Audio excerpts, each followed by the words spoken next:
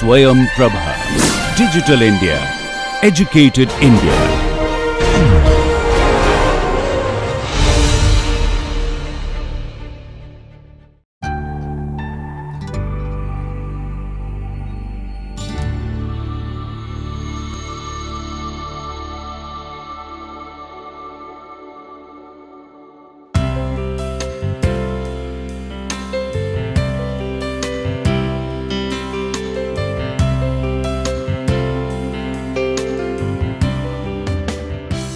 Hello everyone, in the previous class we discussed about this structurally controlled failure, and I mentioned to you that the wedges can be formed in the roof or in the side wall of the tunnel, and those wedges may fall vertically from the roof or may slide along the side wall of the tunnel. How to carry out the analysis for this? We saw that these stereo plots can be useful to us. If you recall some of our earlier discussion where I explained you the philosophy of these stereo plots, and then I mentioned that we will be using these as far as the application areas related to rock engineering is concerned. So, those use we will learn in today's class. So, let us continue with the structurally controlled failure with special mention to the roof failure. I mentioned to you that the wedge can be formed in the roof by these three discontinuity planes, and the condition that this wedge will fall in the vertical direction was that a vertical line, which is this line, passing through the apex of this wedge, if it is crossing the base like this, like here in this case it is crossing it here, this means that this wedge will have the tendency to fall in the vertical direction in this excavation. And how the stereo plot can help us in identifying this situation is that we draw these three great circles, first, second and the third great circle, which is representing these discontinuity planes, and then this center of this net is representing this apex, and if this is lying within this intersection zone of these three great circles, then this condition will be satisfied that the vertical line passing through the apex of the wedge is also within the base of the wedge. So, I mentioned to you in the previous class that a stereographic method can also be used for a much more detailed evaluation of shape and volume of potentially unstable wedges. So, this is how the representation is made. Take a look at this figure. These are giving you the idea about the supplementary construction in conjunction with a stereographic projection for the determination of shape and the volume of structurally defined wedge in roof of a tunnel. Let us learn about these in detail, how these can be constructed. So, first we take a look at the stereographic projection. You all know that any plane, it can be bedding plane, it can be joint, it can be any plane that can be represented on the stereo plot with the help of either the great circles or the poles. So, here in this case these three planes have been represented by the great circles A, B and C. So, this great circle is A, the great circle, the second one is B, and the third great circle, which is this one, this is what is the great circle C. So, this is how because we know the dip and dip direction of those discontinuity planes, knowing these two quantities, we can have their corresponding great circles in such manner. Now, strike lines of these planes are being represented by small letters A, B and C respectively. See how? So, this was the circle A, and you can see that this is the strike line of the plane A, and this I am representing by small a. This is what is your great circle for plane B.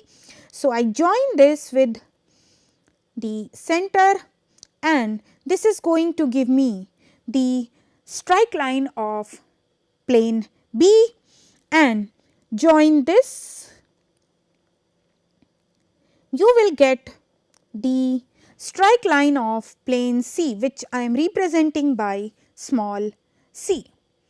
Now, the traces of vertical planes through the center of the net and the great circle intersections, they are represented by AB, AC and BC. How? Look here, this is the great circle A, this is the great circle B. Wherever it intersects, that is this point, we join it with the center, and this we are calling as AB. Similarly, this is the great circle A, and this is the great circle C, and this point they are intersecting each other. Join this with the center, and you will get AC. Similarly, circle B and this great circle C intersecting at this point, join it, and this is what you will get as BC. These represent the traces of vertical planes through the center of the net and the great circle intersections. Now, say there is a square tunnel with a span of S, and it runs in a direction from 290 degree to 110 degree. So, here you see the span S of the tunnel has been shown. This is the plan. Now, these directions of these strike lines, these will correspond to the traces of planes A, B and C on the horizontal roof of the tunnel. So, these traces, how these have been obtained, we have seen in the previous slide. So, let us put both the figures together in order to see that how this figure has been drawn. So, you see that this line here, this is parallel to the trace A here. Similarly, this is the strike line B, and this is parallel to this line. This is the strike line C, and this line is parallel to this line. So, we take a point here, any point you can take, then from here draw a line which is parallel to this line, because the length of the line is not known. So, just keep it like that. From this point again draw a line which is parallel to this line C, which we know already. So, this will intersect this in the plan the dimension of the tunnel at this particular location, and from this point you draw a line parallel to this line to this part of the figure, and wherever this line and this line will intersect, that will give you the third point of this triangle. Now, what does this signify? So, these strike lines can be combined to give the maximum size of the triangular figure which can be accommodated within the tunnel roof. Now, I already explained you that how this triangle can be constructed with the help of that stereographic projection. So, we took the help of those strike lines and constructed this triangle like this. Now, this triangle represents the maximum size of the triangular figure that can be accommodated within the tunnel roof span, because you see that here this is one boundary of the tunnel roof in plan and this is another one. So, this is the maximum size of the triangle that can be accommodated in between these two. So, once again see here, this A is parallel to this strike, this B is parallel to this strike, and this C is parallel to the strike C here, and this is how this triangle is constructed. So, the plan view of the tunnel, it gives us the idea about the apex of the wedge, which is defined by finding the intersection point of the lines AB, AC and BC which are projected from the corners of the triangular wedge base. Now, we already have obtained these triangular wedge base and three corners of this. These lines AB, AC and BC, they can be drawn from these corners in such a manner that these lines are parallel to the corresponding lines in the stereographic projection. So, wherever these three will intersect, that is going to give you the apex of the wedge. Now, in order to obtain the volume and the height of this wedge, we need to get this dimension, which is small h, which has been given in this figure. Let us see how. Height h of the apex of the wedge above the horizontal tunnel roof. That means from this point it is, this is the apex. So, this dimension is h. It is found by taking a section through the wedge apex and normal to the tunnel axis, which is the section xx here.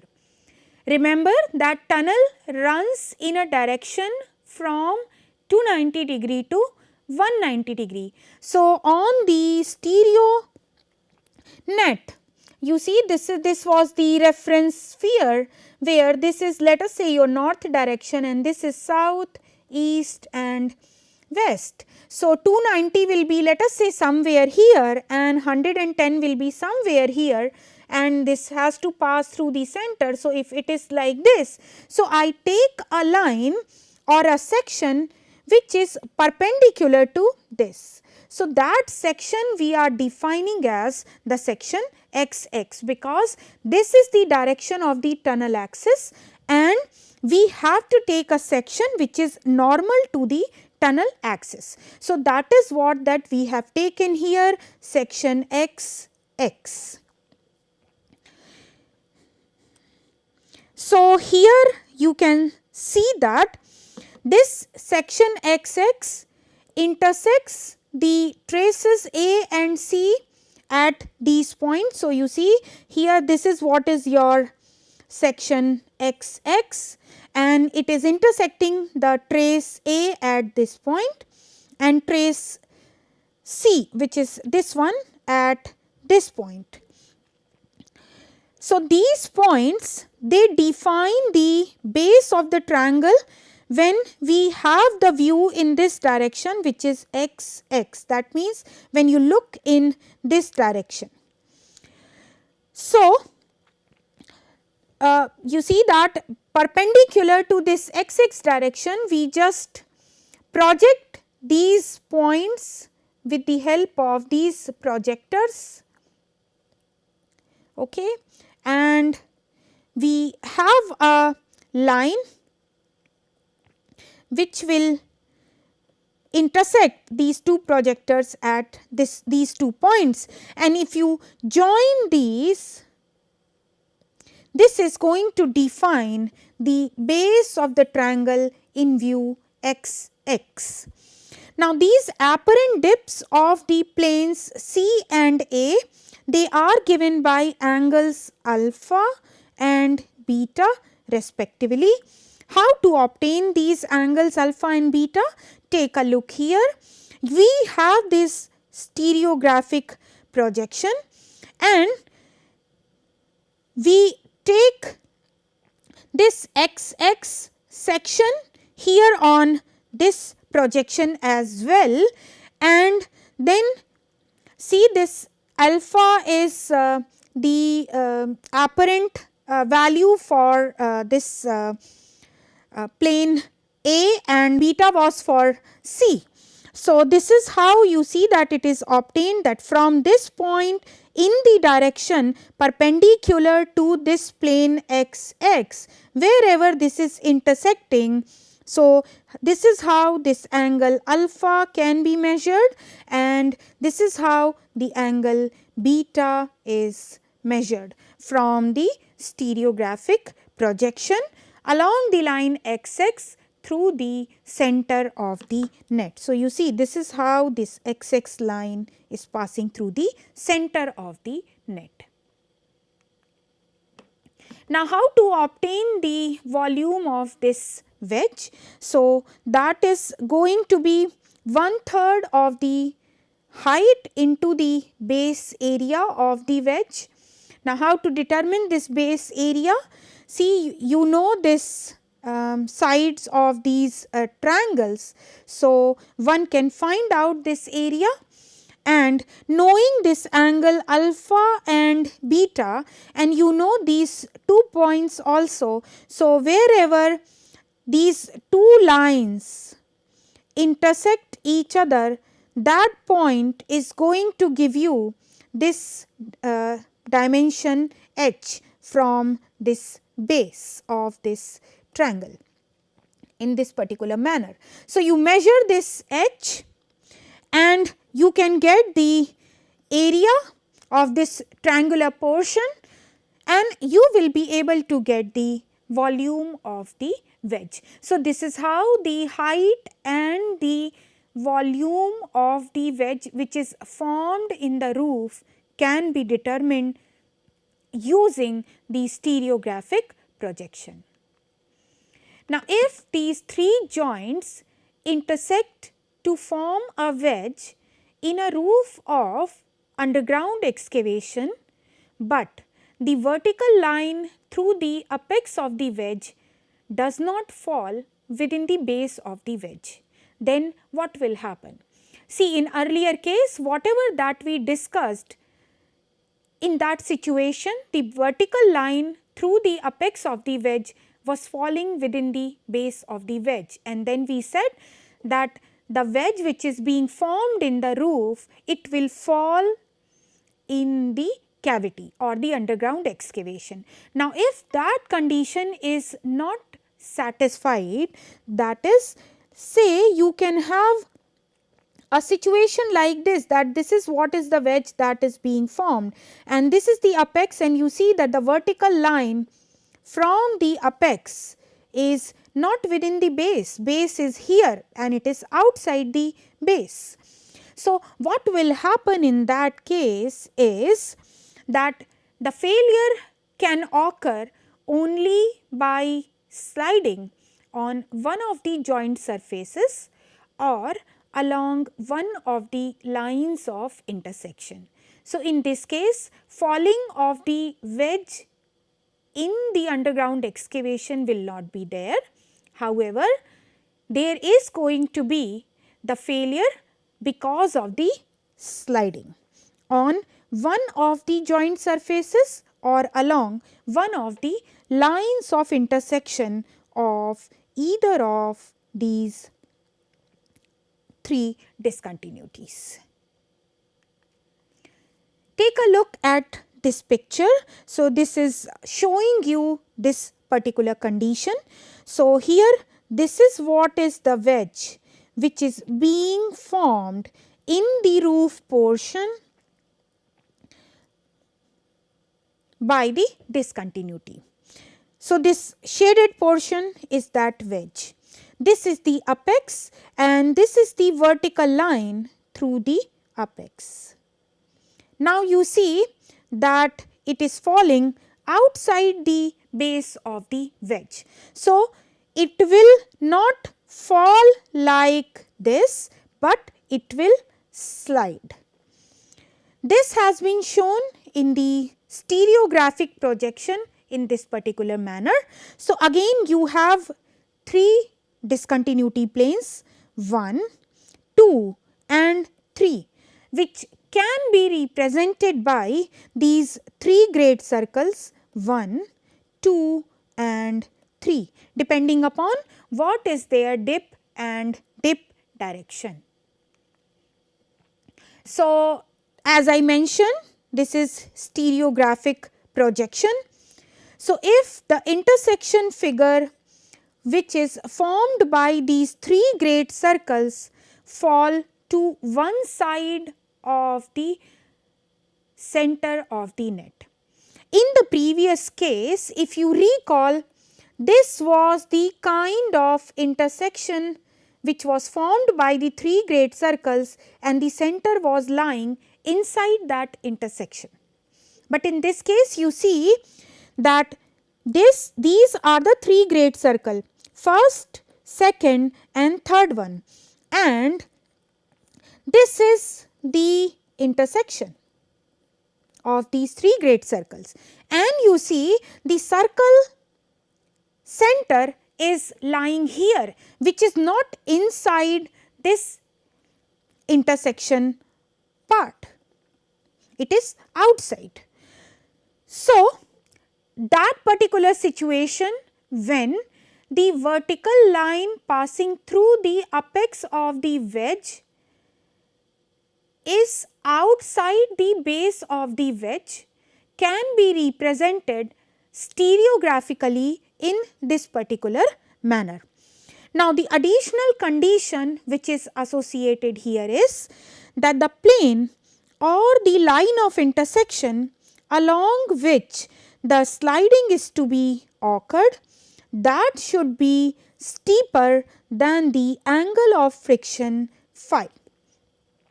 Now, how to make sure or how to know whether this condition is being satisfied or not by looking at the stereographic projection?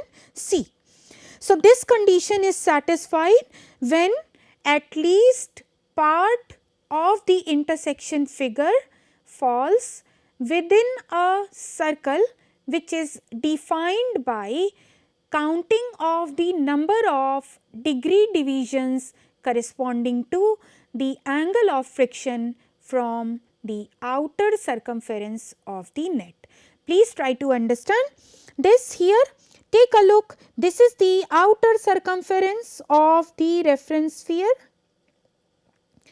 Now, from this we count the degree divisions corresponding to whatever is the value of this phi. That means, measure this from this outer portion or the outer circumference. So, I can draw a circle corresponding to this value of phi. Now you see that some part of this intersection is within this circle.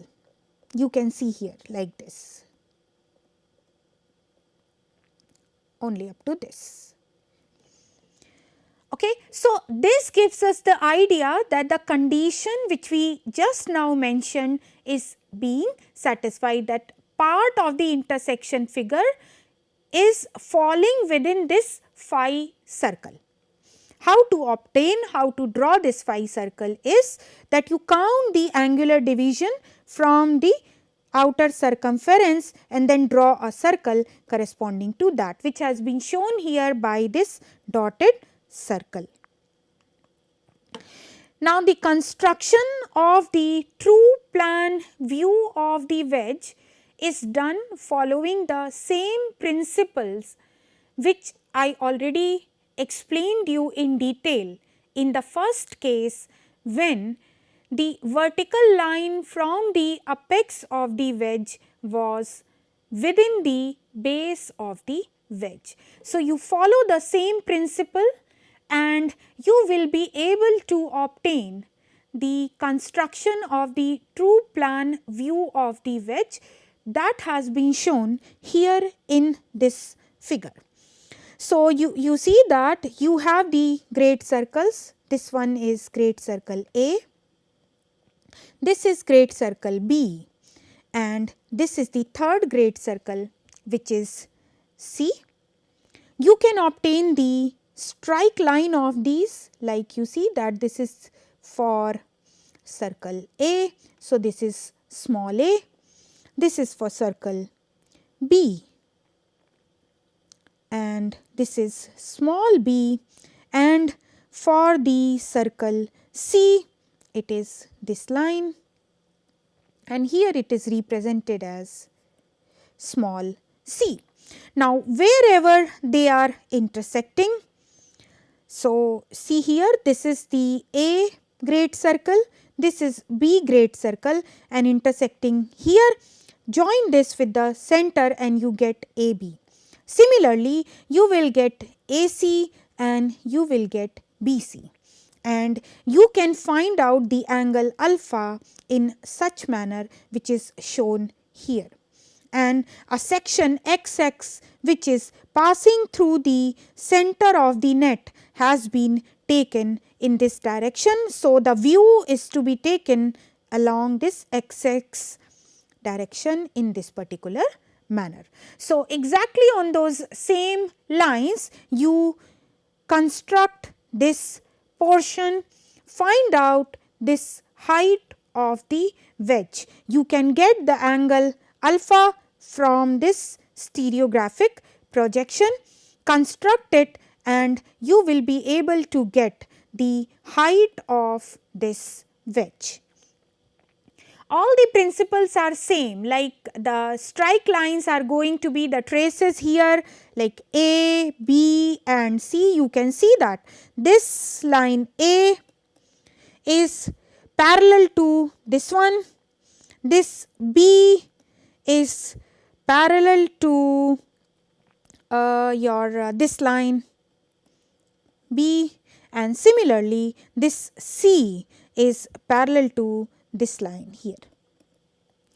So, exactly those same principles need to be followed in this case as well. So, the strike length of trace C of the plane C is the dimension L, which I just showed you. How will you obtain? Now, how to determine the height h of the wedge?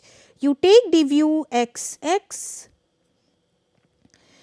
Obviously, this has to be taken at the right angles to line AB, which passes through the center of the net and intersection of great circles for planes A and B.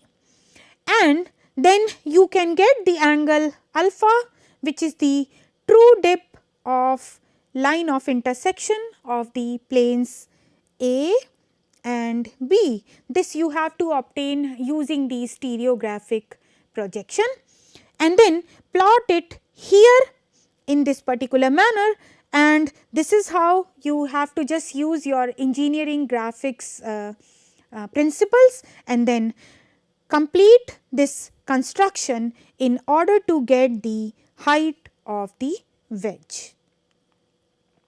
Take a look here. So, this, as I mentioned already, that this C is parallel to this line, this trace B is parallel to this, and A is parallel to this. This is how these are going to be constructed. This AB is parallel to this, AC is parallel to this, and this BC here is parallel to this line. And then you know that this this length you can obtain L, which is the trace, and you know this angle alpha, which is going to be, see, this intersection AB is there, and from this outer circumference you measure these angular division in order to get the value of alpha, rotate it here in this particular fashion, and you will be able to obtain this H.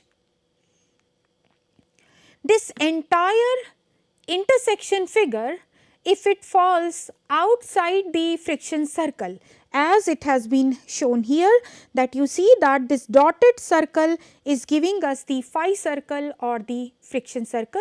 How this is drawn is, you just need to take the angular division from this circumference towards the center and then just draw this dotted circle. So, that is going to be your friction circle. In this case, you see that this is the intersection area of the three great circles, and it is falling completely outside this friction circle. So, this signifies that the gravitational weight of the wedge is not high enough to overcome the frictional resistance of the plane or planes on which the sliding would take place. So, as a result, what will happen is that your wedge will be stable against the sliding. So, this is what that I wanted to discuss with you as far as the stability of the wedge in the roof portion is concerned, that how can we find out whether it is going to fall or whether it is going to slide or whether it is stable. So, here you can see that it is one of the major application of the stereographic projection or the graphical representation of those geological data which we learnt in one of the earlier chapters. So, this was all about the structurally controlled failure with reference to roof of the tunnel. In the next class, we are going to take up the structurally controlled failure with reference to the wedge which is formed in the side walls of the tunnel. Thank you very much.